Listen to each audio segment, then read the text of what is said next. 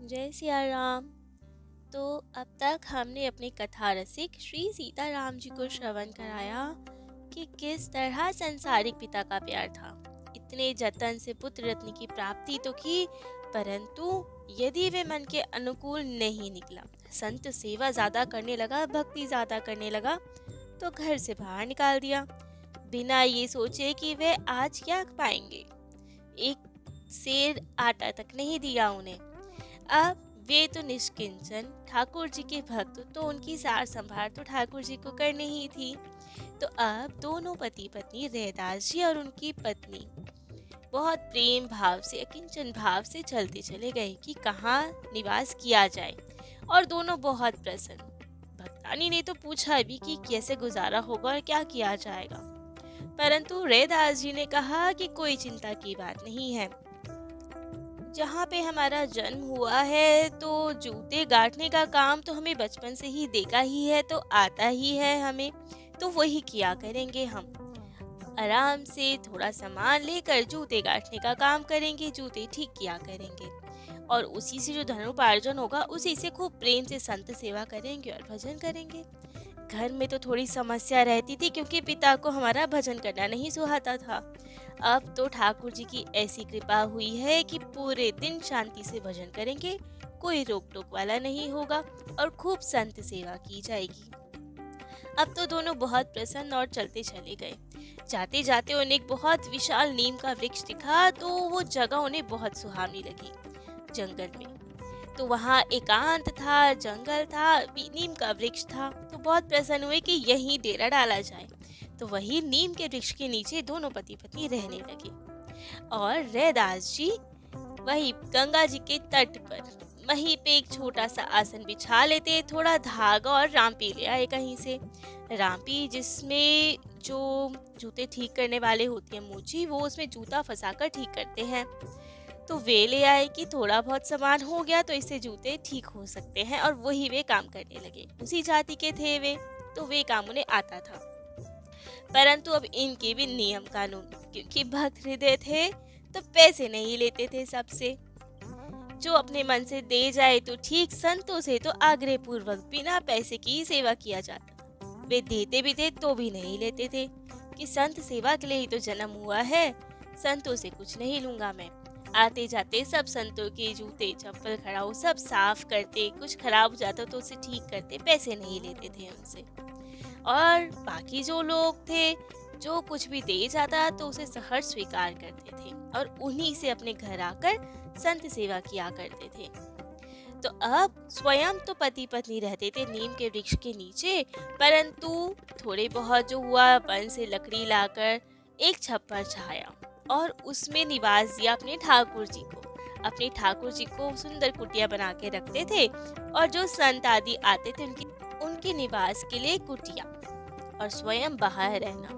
और वहाँ पे चूल्हा रख दिया जाता था, और जितने पैसे आते थे उनसे सामान, कच्चा सामान रख दिया जाता था, क्योंकि इन्हें लगता था कि हम नीच जाति के हैं, साधु संत हमारे बनाया हुआ भोजन नहीं पाएंगे, उन्हें अपराध लग जाएगा, इसलिए सीधा सामान रख दिया जाता था। अपना चूल्हा अलग जताते थे, और साधुओं को प्रार्थना करते थे कि भगवान सारा सामान कुटिया में है, आप पर आए और खूब प्रेम से बनाकर अपने ठाकुर जी को भोग लगाएं। संत भी प्रसन्न और ये भी प्रसन्न। अब खूब प्रेम से संत सेवा हो रही थी। उनकी संत सेवा से तो रीझ कर एक दिन ठाकुर जी स्वयं आए, एक संत का वेश धारण करके। जैसे कि एक कथा आती है कि एक राजा चिड़ियों को बहुत ही दाना डाला करता था, खूब प्रेम से पवाता था, चुगा डाला करता था। अब वहाँ बहुत सारे पक्षी आने लगे, और खूब प्रेम से सब वहाँ पे दाना चुगते। अब तो वो देखकर एक दिन राजहंस उड़ते हुए जा रहे थे, मानसरोवर के हंस, और उन्होंने देखा कि अरे हमारी बिरादरी के इतने सारे पक्षी यहाँ पे हैं, क्यों ना देखा जाए यहाँ क्या हो रहा है। तो वो राजहंस उतरे और देखा कि बहुत सारे पक्षी हैं। उन्हें देख के थोड़े पक्षी तो उड़ गए, और अब तो राजा ने देखा कि इतने विशाल पक्षी और इतने सुंदर पक्षी, ये कौन है। तो उनसे पूछा कि आप तो बहुत दिव्य मालूम होते हैं, आप कौन हैं। वे तो दिव्य पक्षी थे ही, मानसरोवर के राजहंस थे। तो उन्होंने बताया कि हम मानसरोवर के हंस हैं। ठाकुर जी तो वहीं पे विहार करने आते हैं, तो हमें तो नित्य दर्शन होता है उनका, इसलिए दिव्यता हम में भी है। तो राजा ने उनसे प्रार्थना की कि ठाकुर जी से जरा पूछिए ना, मेरा उद्धार कब होगा, मुझ पे कृपा कब होगी, मुझे दर्शन कब होंगे। वे ठाकुर जी के पक्षी थे, तो उन्होंने आग्रह से ठाकुर जी की भी कृपा प्राप्त हुई राजा को। तो वैसे ही आप कोई भी कार्य, कोई भी सेवा कार्य खूब मन से करेंगे, जीव मात्र की भी सेवा करेंगे, तो ठाकुर जी का वास तो सब में ही है। जीवों की सेवा से ठाकुर जी की प्राप्ति निश्चित है। और रैदास जी तो स्वयं संत भगवान की सेवा करते थे, जो ठाकुर जी कैसे ना रीझते। ठाकुर जी तो परम संत सेवी हैं। तो अब ठाकुर जी इतना रीझ गए, वे स्वयं संत का वेश धारण करके रैदास जी के पास आए। रैदास जी तो बहुत ही प्रसन्न कि क्या दिव्य अलौकिक संत आए हैं आज, तो खूब दिव्य स्वरूप है उनका। अब ठाकुर जी का तो स्वरूप होना ही था दिव्य अति दिव्य। तो बस रैदास जी तो देखते ही रह गए उन्हें, और उनसे कहा कि भगवान आप हमारा सत्कार स्वीकार करें, आज कुटिया में वास करें और हमें सेवा का अवसर प्रदान करें। ठाकुर जी तो आए ही इसलिए थे, कृपा करने के लिए। तो अब रैदास जी ने उनसे पूछा, उनकी सत्कार किया, चरण धुलवाए और खूब प्रेम से आसन दिया, और फिर कहा कि भगवान आप बताएं कैसे सेवा की जाए आपकी। आपको सीधा सामान दे दिया जाए, अंदर कुटिया है, चूल्हा आदि सब सामान है वहाँ पे, तो आप वहाँ भोजन बनाएं और ठाकुर जी को प्रेम से भोग लगाएं और विश्राम करें। तो साधु वेश धारी हमारे ठाकुर जी ने कहा, नहीं नहीं, मैं ये चूल्हा चौका में नहीं पड़ता, मैं क्यों स्वयं बनाऊं, मैं लकड़ी जोड़ूं, चूल्हा चिताऊं, ये सब मेरे बस की नहीं है, हम नहीं करेंगे ये सब। तो इन्होंने कहा अच्छा, तो कोई बात नहीं, आप पैसे ले लीजिए, किसी ब्राह्मण के यहाँ जाकर भोजन आदि कर लीजिए, दुकान से ले लीजिए। तो क्योंकि रैदास जी को लग रहा था शायद हम नीच जाति के, इसलिए ये संत हमारा सामान भी स्वीकार नहीं करना चाहते, तो इसलिए मना कर रहे हैं कि हम नहीं बनाएंगे। लेकिन ठाकुर जी की तो कोई और ही इच्छा थी। उन्होंने कहा नहीं, हम पैसे नहीं लेते, हमें नहीं चाहिए पैसे। तो अब तो रैदास जी ने बहुत विनम्रता से पूछा कि भगवान, संत भगवान, फिर आप भोजन कैसे करेंगे, क्या करेंगे और कैसे पाएंगे, हमें सेवा का अवसर प्रदान कीजिए। तब तो भगवान ने कहा, हाँ प्रसाद तो हम अवश्य पाएंगे, बहुत भूख लगी है हमें, लेकिन हमने सुना है आपकी धर्म पत्नी भक्तानी कड़ी पकौड़ी बहुत अच्छा बनाती है, तो आज तो हम वो ही पाएंगे। अब तो रैदास जी हैरान, उन्होंने कहा कि भगवान, हम तो चौथे वर्ण के हैं, नीच कुल के हैं, हमारे हाथ का कैसे पाएंगे आप अगर हमारे हाथ का पाएंगे तो ये तो अपराध हो जाएगा। भगवान ने कहा, ऐसे कैसे नीच कुल क्यों, तुम्हारा कुल हमारा कुल तो सेम ही है, सेम जाति के हैं हम लोग, क्योंकि तुम भी वैष्णव हो, मैं भी वैष्णव हूँ। वैष्णवों का गोत्र तो अच्युत गोत्र होता है, उनकी कोई जाति नहीं देखी जाती, तो जो तुम बनाओगे आज तो हम वो ही पाएंगे, हमें तो कड़ी पकौड़ी कहानी है, वो भी भक्तानी के हाथ की।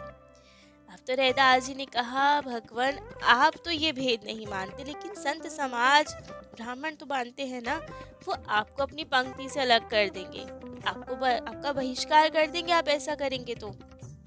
परंतु राम जी कहाँ किसी की सुनने वाले, में तो शबरी माँ के भी गए, उनके हाथों से भी बेर पाए, वे तो वैष्णव जन को ही देखते हैं, उनके प्रेम को ही देखते हैं। उन्होंने कहा, हम कुछ नहीं जानते, हमें किसी की चिंता नहीं है, हम तो रमते राम हैं, तो हमें कोई चिंता नहीं, आप तो भोजन की तैयारी करें।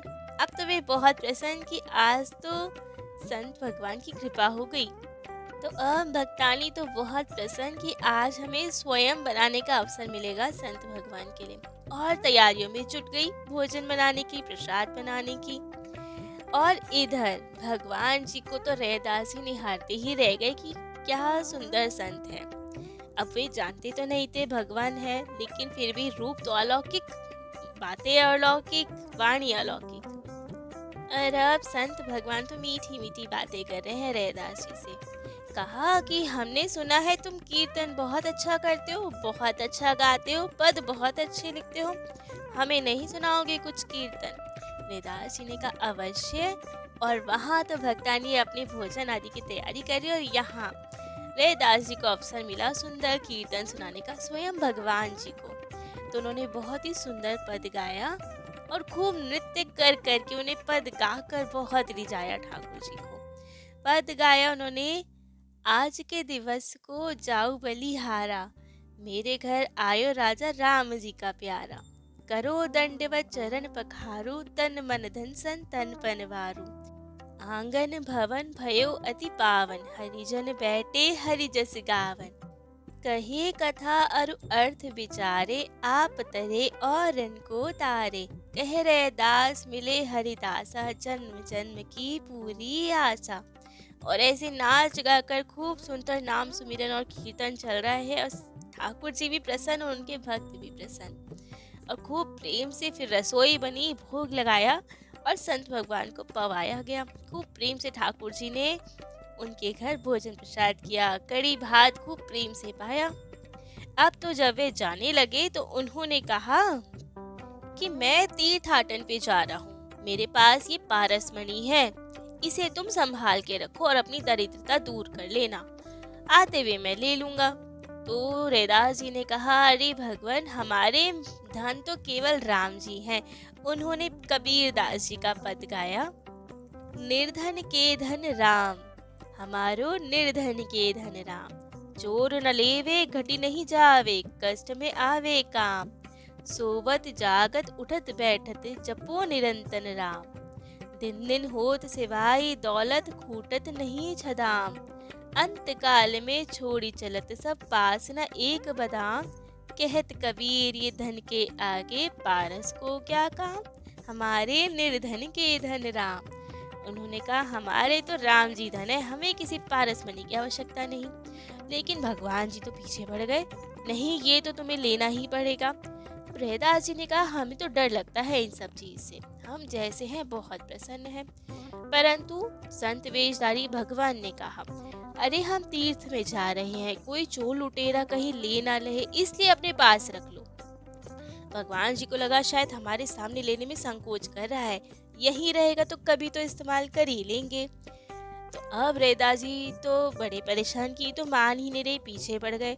उन्होंने कहा, अरे भैया ठीक है, तुम्हें डर लगता है खोने से, तो कहीं छप्पर में, झोपड़ी की छप्पर में ही कहीं खोस दो उसे, जब आओगे वहीं से निकाल के ले लेना। भगवान जी को लगा कि कहीं इसे पारस का मतलब ही ना पता हो कि होता क्या है, इसलिए आनाकानी कर रहा हूँ। तो उन्होंने जो रैदास जी की रामपी थी उसी से छुआ दिया पारसमणि को और वो स्वर्ण की हो गई।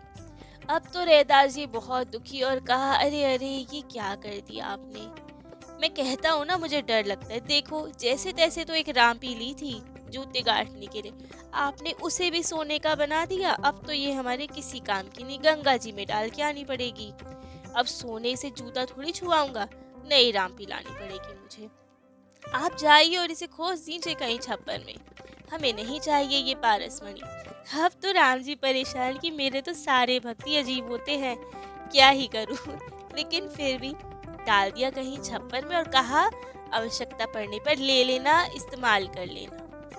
लेकिन वे तो कहाँ इस्तेमाल करने वाले थे, वहाँ तो संत वेशधारी प्रभु हुए अंतर ध्यान, और यहाँ रैदास जी अपने भजन में और अपनी संत सेवा में मगन। वैसे ही चलने लगा।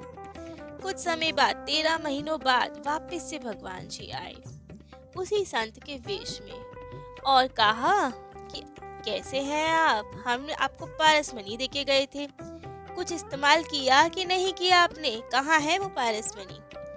तब तो इन्होंने कहा कि जहाँ छोड़ के गए थे वहीं होगा, मुझे नहीं याद कहाँ देखा, मैंने कुछ इस्तेमाल नहीं किया। भगवान जी बड़े परेशान कि बताओ कैसे भक्त है, पारसमणि देके गया तो भी कुछ नहीं किया इन्होंने।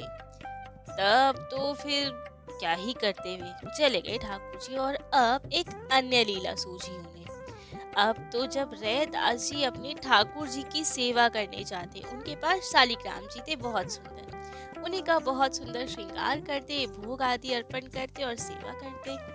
तो अब जैसे ही वे ठाकुर जी की सेवा करते तो ठाकुर जी के पास से तो 5 स्वर्ण मुहरें मिलती उन्हें। अब तो जब पहले दिन वो स्वर्ण मुहरें मिली तो ये तो बहुत डर गए कि अरे ये कहाँ से आ गई मुहरें। अपनी पत्नी को बुलाया और दिखाया। पत्नी भी हैरान कि ये कहाँ से आई। तब तो वो बहुत डरे कि अरे अरे ये तो मोह माया जाल है, जल्दी चिमटा लेकर आओ। और जैसे कोई बिच्छू पकड़े वैसे चिमटे से सोने को उठाया, मोहरों को उठाया और गंगा जी में छोड़ आए। हाथ तक नहीं लगाया कि पराये धन में तो कोटि पाप भरे हैं, मुझे नहीं चाहिए ऐसा धन।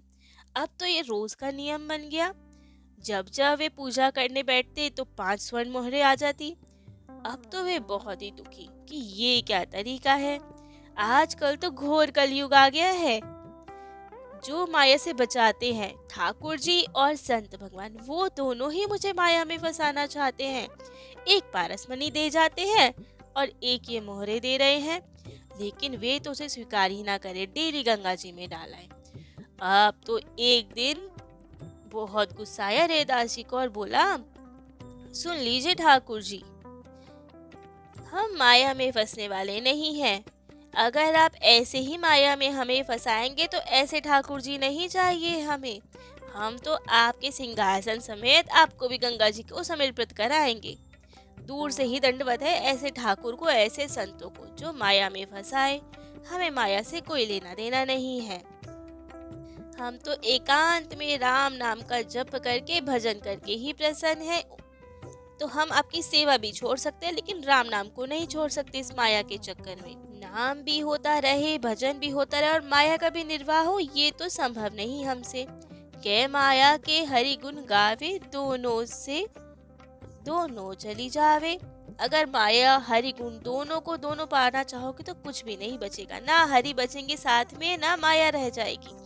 तो एक ही चाहिए, जहाँ राम तह काम नहीं, जहाँ काम नहीं राम। तुलसी कबहू के रही सके, रवि रजनी एक ठाम। यदि राम जी चाहिए तो माया का त्याग करना पड़ेगा। तो उन्होंने यही कहा कि हमें आपसे प्रेम है, आपकी माया से नहीं। और यदि आप ज्यादा माया के चक्कर में फंसाओगे तो भैया अपने धाम में रहो, हमें तो आपके नाम से प्यार है। तब तो इतना सुन के ठाकुर जी प्रकट हो गए और कहा कि अरे तुम क्या मेरा ही त्याग कर दोगे? अच्छा, मुझे गंगा जी में छोड़ आओगे? ऐसे थोड़ी कर सकते हो तुम मुझसे प्यार नहीं करते। तो रैदास जी ने कहा, आप मुझे माया में क्यों फंसाना चाहते हैं? तब तो ठाकुर जी ने समझाया कि अरे मैं आपको संत सेवा के लिए देता हूँ, माया में नहीं फंसा रहा। कभी तो मुझे जीतने दो ना, हमेशा जीतते आओगे। मैं जैसा चाहता हूँ वैसा तो किया करो कभी। अब तो जब ठाकुर जी समझाए तो क्या ही करे कोई। ठाकुर जी की अब जिद के आगे इनकी नहीं चली। ठाकुर जी ने इन्हें इमोशनल ब्लैकमेल किया और कहा कि मुझे बहुत दुख होता है कि तुम इतनी कड़ी धूप में नीम के वृक्ष के नीचे पूरे दिन भर काम करते रहते हो, संत सेवा करते हो। मुझे अच्छा नहीं लगता, मुझे पीड़ा होती है। तो ऐसा मत किया करो। अब ये जूते काटने का काम छोड़ दो, खूब प्रेम से अपने घर में संत सेवा करो। तुम्हारा एक सुंदर घर मैं बनवाऊंगा, वहाँ पे अन्न धन की कभी कमी नहीं होने दूंगा। तुम संत सेवा करो। परंतु अब इन्होंने कहा, ठीक है, जैसे तुम रुचिकर हो, जैसे तुम्हारा मन प्रसन्न हो करो, परंतु एक शर्त मेरी भी है। तुम्हें मेरे लिए घर बनवाना है तो ठीक है, परंतु कुछ शर्तें होंगी। विशाल संत निवास बनवाना पड़ेगा, उसके अंदर गौ सेवा का स्थान बनवाना पड़ेगा, ठाकुर सेवा का स्थान बनाना पड़ेगा। तो ठाकुर जी ने कहा, जैसा तुम चाहोगे वैसा ही बनेगा और कभी किसी चीज की कमी नहीं होगी। फिर रैदास जी ने कहा, और एक बात तुम्हारी नहीं मानूंगा कि जूता गांठना छोड़ दूं, क्योंकि उसी से तो मुझे संतों की चरण धूली मिलती है, उनकी सेवा करने का अवसर मिलता है। वह मैं कभी नहीं छोड़ूंगा। मैं सदा वहीं बैठ के गंगा जी के तट पर ये सेवा तो किया ही करूंगा और खूब भजन करूंगा अपने नीम के वृक्ष के नीचे। बाकी तो जैसा आप चाहे वैसा कीजिए, हमें कोई आपत्ति नहीं। अब तो ठाकुर जी को भी मानना ही पड़ा, क्योंकि रैदास जी भी जानते थे कि ठाकुर जी जो प्रकट हुए हैं वे इसीलिए तो हुए हैं क्योंकि ये संत सेवा करते थे, उनकी पन्ही की सेवा करते थे, जूते गांठने का सेवा करते थे। तो यदि रैदास जी यही सेवा छोड़ देंगे तो फिर तो ठाकुर जी भाग लेंगे, रफू चक्कर हो जाएंगे। तो अब उन्होंने कहा, मैं जानता हूँ आप किस सेवा पे रीझते हैं, तो ये सेवा मैं नहीं छोड़ सकता, आपकी माया जाल में नहीं आऊंगा मैं। तब ठाकुर जी बहुत प्रसन्न हुए, लेकिन उन्हें तो कौतुकी कहा जाता है। वे तो नित नए कौतुक करते हैं। ये कैसे सिद्ध हुआ और उन्होंने क्या कौतुक किया अब इनके साथ, वो हम कल श्रवण करेंगे। आज के लिए इतना ही। जय जय श्री सीताराम।